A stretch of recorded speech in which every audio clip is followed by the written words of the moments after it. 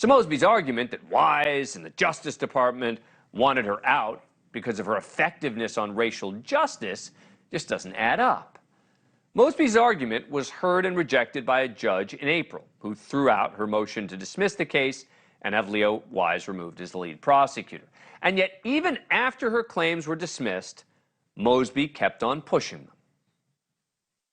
They have combed every aspect of my life for the past 2 years. And so, yes, I'm going to fight and I'm going to prevail like I always do.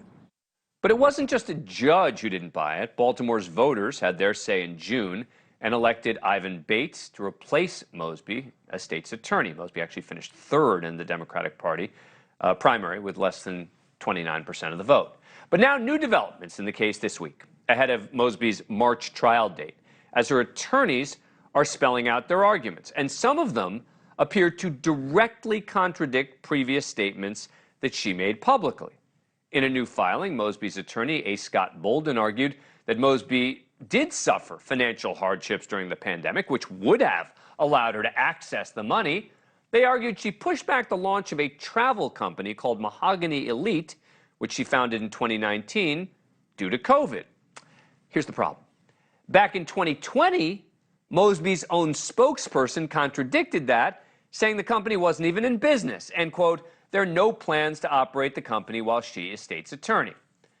So now Mosby is trapped in what sure seems like a lie. On the one hand, she's using her company as a reason that she suffered COVID hardship and was entitled to access her retirement money earlier. But in reality, she distanced herself from the company to avoid conflict of interest questions. Just more evidence, seemingly, that all of her bluster about corrupt prosecutors targeting her because of her racial justice prosecutions was nonsense. It was such nonsense, in fact, that the judge in the case at a hearing this week prohibited Mosby's attorneys from making the race argument during the trial.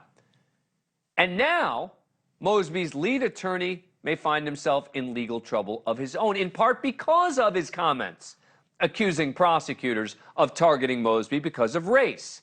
Judge Lydia K. Grigsby reprimanded Mosby's lead attorney for railing against the prosecutors on the courthouse steps and again accusing them of racially motivated prosecutions.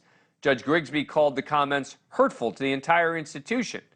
Based on Bolden's comments, plus his divulging confidential juror information, the judge is threatening to hold Bolden in criminal contempt of court. It's a rare sanction that could result in his disbarment and even potentially criminal charges with jail time. And so, late yesterday, Bolden made a motion to withdraw from the case along with Mosby's entire defense team. That's right, all 6 of Mosby's lawyers trying to bail from the case in a filing petitioning the court to allow them to quit the case due to a sudden conflict of interest. And instead, they say they should have a public defender take over. Huh? Well, who can blame the lawyers for wanting to get 1,000 miles away from this case? Look, I have no idea what the outcome of her trial will or should be. I do know that trying to smear a federal prosecutor with hollow claims of racism is really dangerous stuff. Joining us now is Jeremy Eldridge, a former Baltimore City prosecutor who served under 2 Democratic state's attorneys. Thanks so much for coming back on the show. We appreciate it. So it sounds like the judge is fed up with these claims of racism. Absolutely. What's gone on as far as Marilyn Mosby's legal team and the representation is so far outside of the norm.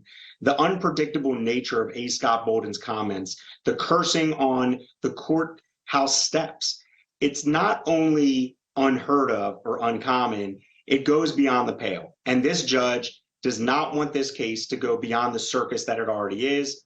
She's obviously going to find him in criminal contempt, regardless of whether he continues to represent Marilyn Mosby. The only question is, will it be by fine or will it be by imprisonment? Why are these lawyers trying to bail now, do you think? Well, I don't want to say that it's necessarily the great escape and this is the Steve McQueen, getting out of camp. But the bottom line here is this. Marilyn Mosby's own legal team, Zy Richardson, her spokesperson, Marilyn Mosby's own comments to Isabel Cumming, the Inspector General for Baltimore City, they fly in the face of her own defense. And her attorneys, and I'm reading tea leaves here, could be looking at her defense as essentially suborning perjury.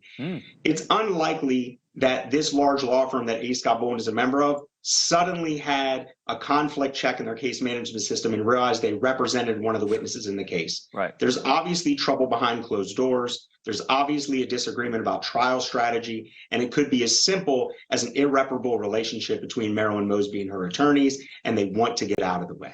Thank you for watching. Go to newsnationnow.com to find News Nation on your cable provider.